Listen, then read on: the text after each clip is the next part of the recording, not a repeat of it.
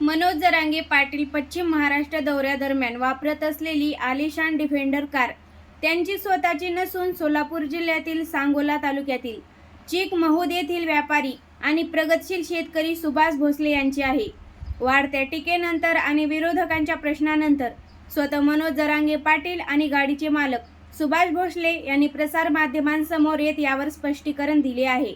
मराठा आरक्षणाच्या आंदोलनादरम्यान आणि सततच्या उपोषणामुळे मनोज जरांगे पाटील यांची प्रकृती खूप खालावली आहे। त्यांचा लांबचा प्रवास अधिक सुरक्षित आरामदायी व्हावा आणि त्यांना प्रवासाचा त्रास होऊ नये या भावनेतून एका निष्ठावंत समाज बांधवाच्या नात्याने भोसले यांनी ही गाडी जरांगे यांना दौऱ्यासाठी वापरण्यास दिली आहे।